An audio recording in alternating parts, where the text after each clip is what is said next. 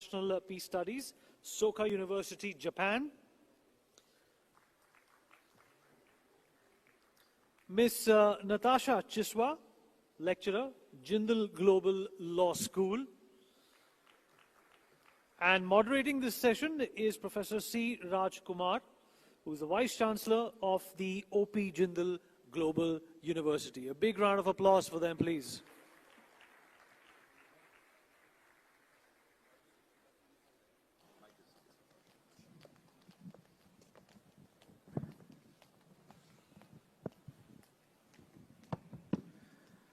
All right, very good afternoon to all of you. First of all, I would like to take this moment to congratulate NewsX and Kartikeya Sharma for this fantastic launch, where we saw a global news channel being launched from India. I echo the sentiments of the Honorable Prime Minister and all of us here that this is a very defining moment for Indian media to have gone global and to be able to link the issues that affect India and the world at large by providing thought leadership.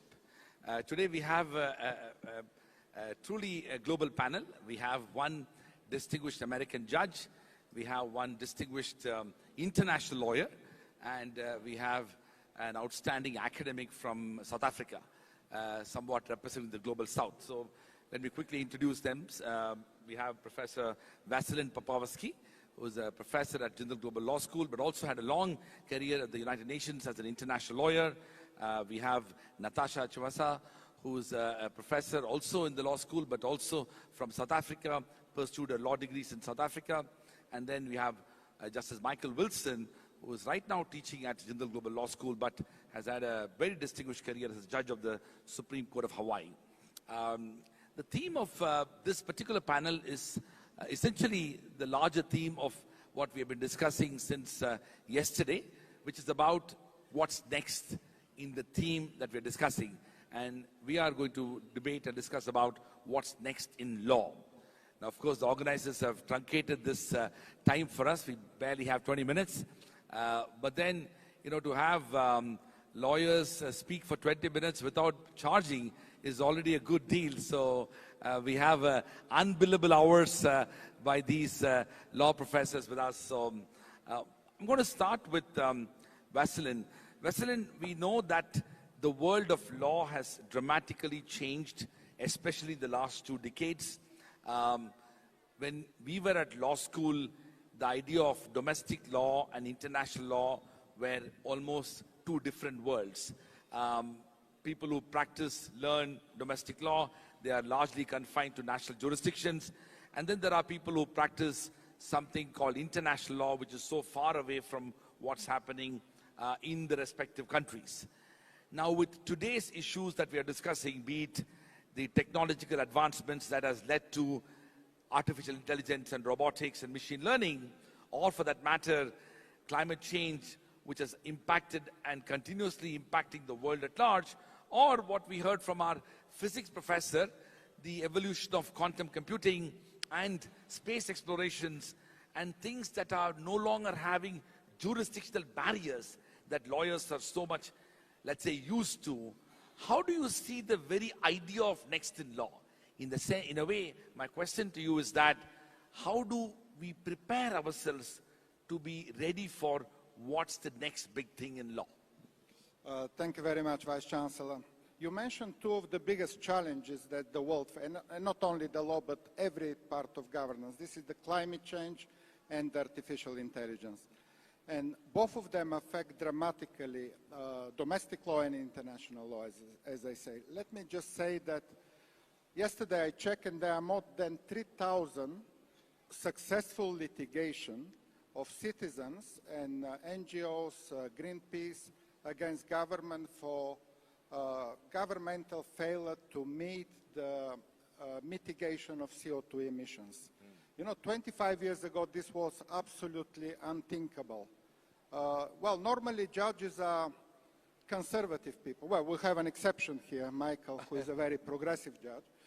But normally judges try to operate within the certainty, consistency, repetitiveness, and something like what will happen in 15 to 20 years, with how much the temperature will rise, what effect that will affect, is not something that impresses the judges. But in all 3,000 litigations, based on human rights applications filed by citizens. We have judges filing successful applications by citizens challenging governments for not meeting the standards of mitigation of CO2. Now, the other question is, what does it mean generally? Do governments follow that? And here comes the next point, which is that if the judiciary does the work, then the governments, we hope, will also follow up. And in fact, this morning, we saw an excellent, charismatic, modern Prime Minister. I wish more leaders in the world followed the same modernity and the same charisma and innovations which India offers now. In fact, India does very well in most of the Sustainable Development Goals, in most of the innovations and application of science. And the second issue, the second challenge, the artificial intelligence, that will also have a dramatic effect, again, not only in the legal profession, but also on many other professions. Here we have already the problem of missing regulations. Only yesterday, again, the European Union AI Act, it's an act which classifies 3 types of risk. Unacceptable risk, things that needs to be totally prohibited. For example, such as social profiling, such as utilizing AI to establish vulnerabilities of some people. The second type of risk are the high risk. These are basically automatic cars, automatic airplanes, medical devices. Here we don't have a prohibition, but we can have some safeguards and some control and monitoring. And the minimal level of risks, as we saw earlier today, those deepfake videos where transparency and announcing that AI create that context will be enough too. So European Union adopted that act, but we see again inconsistency, not very clear what that will mean. Thank you. But there are efforts to regulate also the AI. Thank you very much, Vesselin, for that. And I think that's one of the difficult spaces in which law will constantly operate with regard to the changing policy dimensions and, let's say, internal pressures within countries. Natasha, one of the things that will be very curious for all of us, especially in Global South, is that most of international law is actually made by the developed countries. And we are pretty much coming late to the party. And that means the rules and regulations are already set. The companies and corporations which are out there in the West determine the framework, and we are asked to follow it. Now, how do we in Global South, especially, let's say, BRICS, for example, where South Africa, where you are from, also, how do we respond to it? And how can we assume a leadership role, especially when some of the important technological innovations have its origins in the kind of thought leadership, let's say, a country like India is providing? Thank you for the question. So first of all, looking that we're coming from the Global South, we need to strengthen and have robust, sound laws. When we have these laws, we also need to strengthen our domestic laws so that when we are having cooperation, irrespective of where they are coming from, our laws protect us from human rights violations. So for example, when you are looking at AI system, when you are looking at the rise of digital platform, labor platforms, the reason why we are facing so many violations is because sometimes our legal systems are weak. So it is up to us right now to strengthen enforcement mechanism, to expand our definitions, and also to ensure that there are strict penalties for failing to comply with our domestic laws. Therefore, I think with this, we will be able to proceed forward. Thank you, Natasha. I think that's a very important point you're making, especially because we simply cannot assume leadership role globally if we don't set our house in order. And that means to re-examine our legal and regulatory architecture and to see how we are aligned with some of these big issues that we're discussing. Mike, you've been a distinguished judge, spent a lifetime focusing on issues relating to environment and climate change. My question to you is that, to what extent you are concerned about the changing role of judiciary in being asked to adjudicate matters that they are not historically trained to. Let me explain what I mean. Now, judiciary, not just in this country, but all over the world, even in the United States, judges are usually trained to understand when the law is very clear, the consequence is very clear, there is a clear, recognition of a right or not, and you are better off to adjudicate. The moment when you enter into areas where the technology is evolving, the change is not immediately predictable, such as climate, how do you expect judges to adjudicate? And what are the principles and values that the judges ought to keep in mind when they are asked to adjudicate on matters relating to technology and climate? Thank you, Raj, for that very long question, and I'll try to give a very short answer. But aloha to everybody. I am from Hawaii, and aloha means namaste in Hindi, and we would be privileged to have anybody from India to Hawaii for the reasons that I'll give in answer to this question. The idea of judges having the capacity to be able to make the decisions necessary to deal with this issue, I'll put in this context. There are two things to keep in mind: irreversibility and the concept of sharing. So don't forget, the role of the judge is a problem solver by duty. So if you find if there's a violation of the law, you have to provide a remedy. What's the remedy to climate change? One of the most prominent lawyers in India just spoke to us and monetized it. Ms. Pratibha Jain said $10 trillion.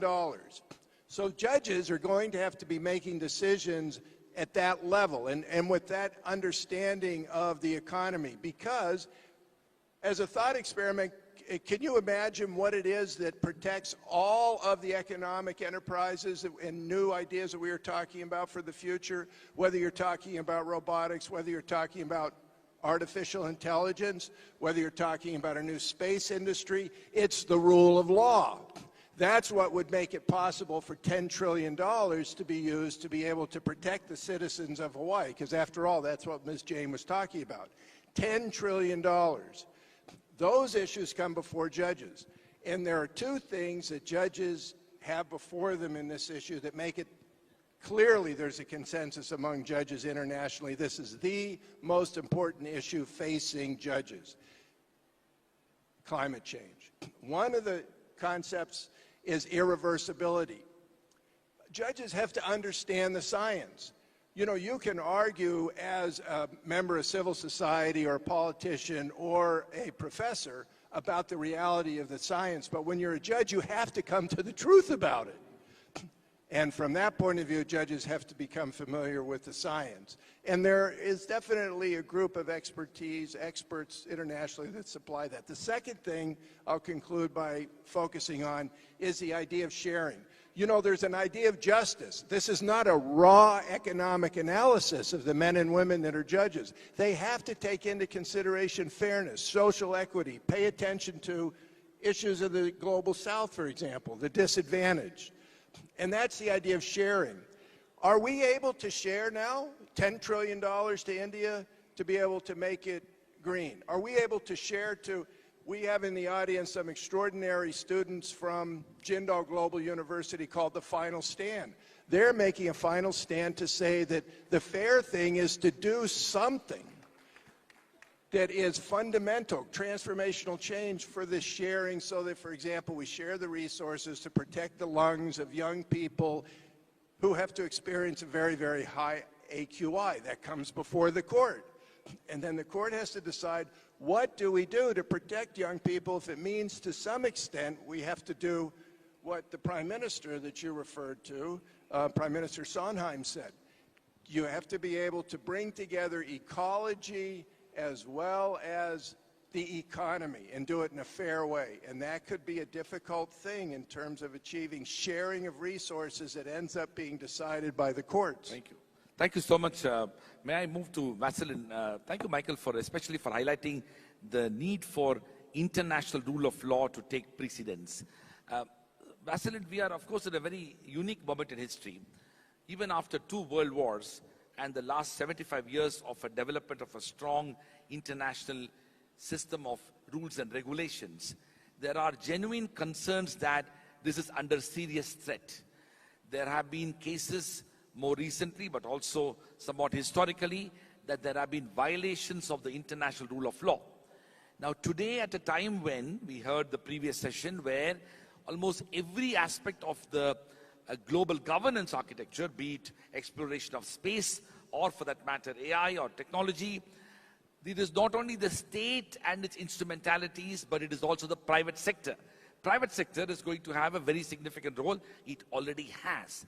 My question to you is that, how do we ensure that all these explorations, be it in the field of climate or technology, including AI or quantum or of course space, how do we ensure that this is based upon an international rule of law framework, that there ought to be powers that ought to be held accountable, be it whether it is state or non-state actors?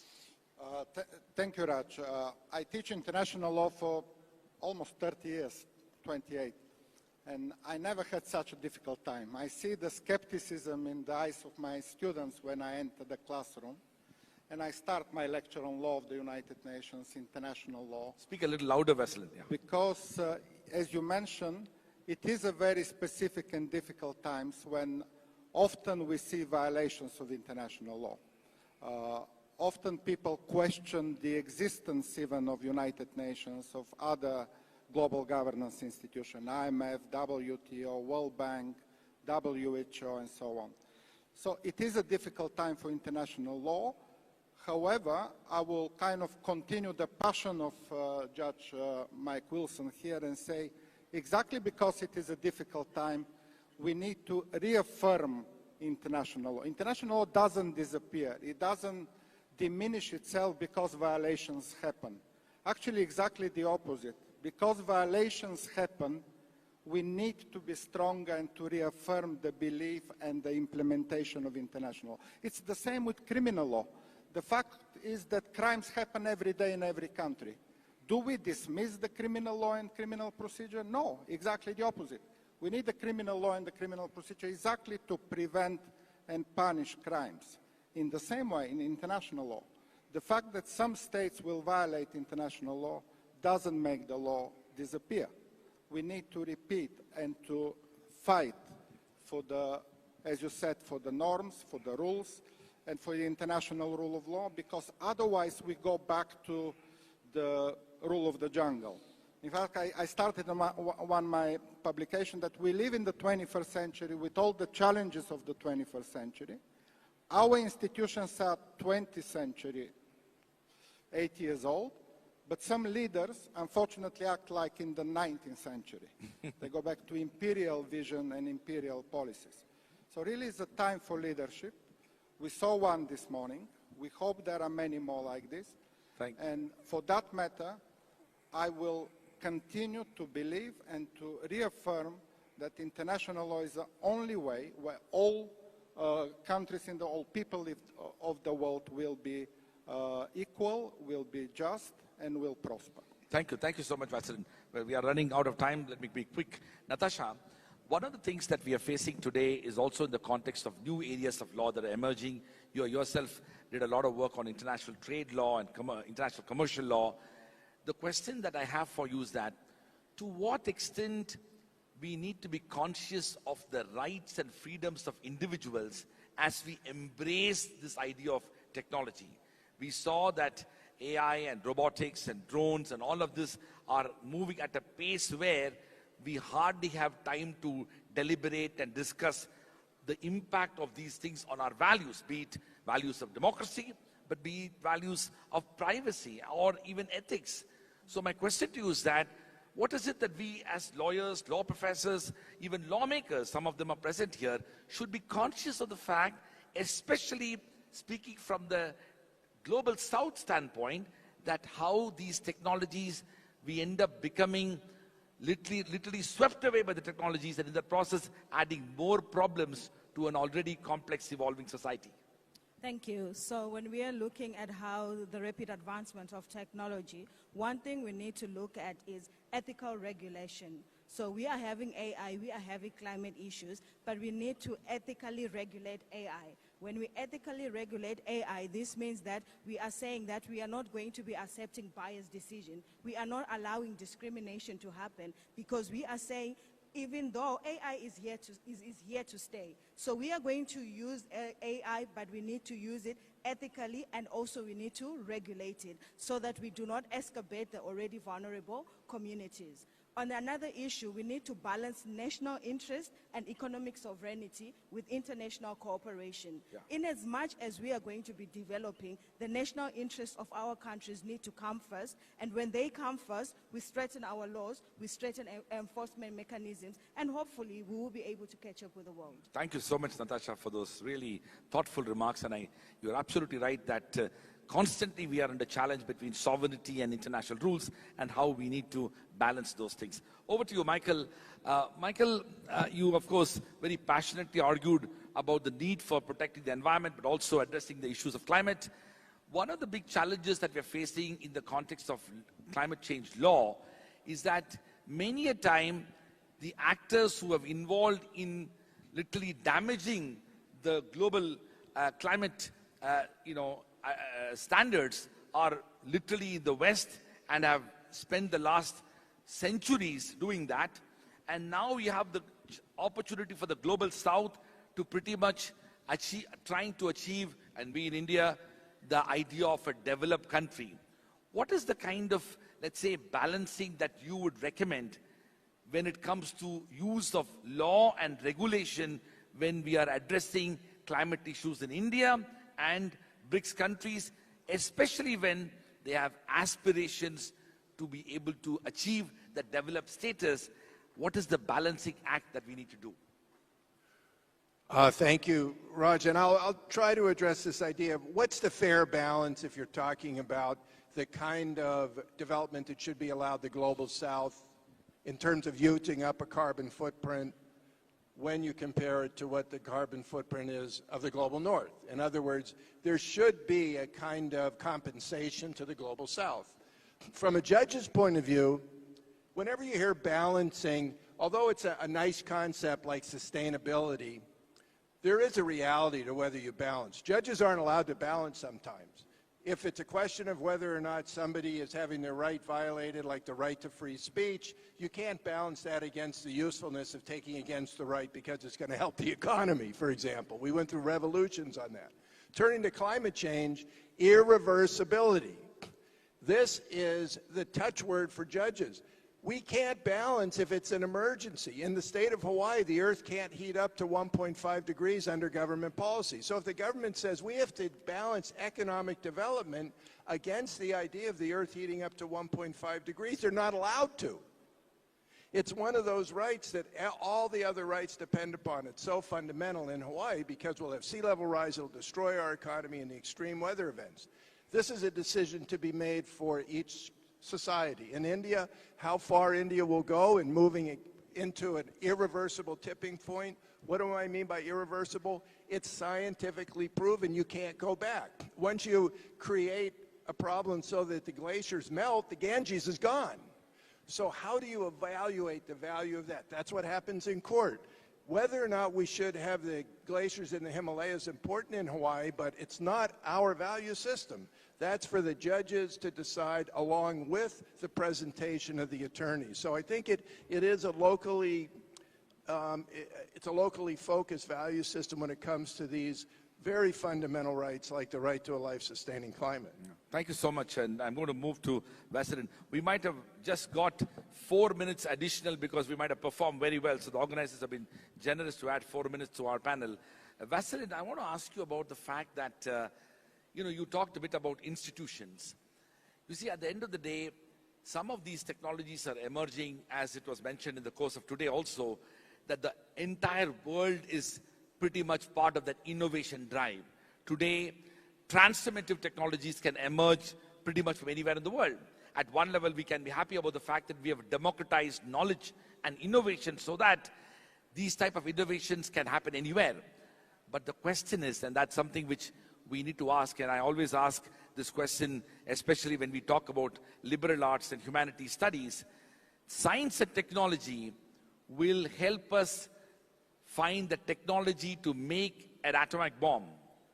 But it is the humanities which will help us understand whether we should use it in the first place or not. To me, law is humanities. So my question to you is that, how do we ensure that the legal framework is strong enough to withstand the innovation that are emerging in the field of technology without stopping them, yet recognizing the significant consequences of these technology on humankind, and to ensure that we are able to adapt to these technologies in a measured manner? Excellent question. Rachan, you almost answered it. Exactly. We can look at, for example, can AI replace the judges? And if so, there won't be a dissenting opinion, because every robot will judge exactly the same. And dissenting opinions often are those drivers for future developments of law. In fact, I wrote it recently, this is the wisdom of the future day. So I see this as a human supervision over the technology always, that will make that synergy between the faster and stronger and mega data, but still with the human touch. So what we shouldn't worry about is to allow our students to use as much AI as they want, but to give a critical perspective on what the AI will answer to the questions we ask. So that creativity between humans and robots, I find as the best way to go ahead. And I see a lot of regulation already being proposed exactly in the same way. All right, thank you. I'm completely out of time. Thank you so much, Professor Vesselin Popovski, Professor Natasha, Justice Michael Wilson. I do believe that the idea of next is so critical for every field, but especially for law, as law, I believe, is going to shape the future of several of these technologies that we discussed today, and the need for understanding and appreciating the impact of law and regulation is going to be a defining feature of the future. Thank you very much.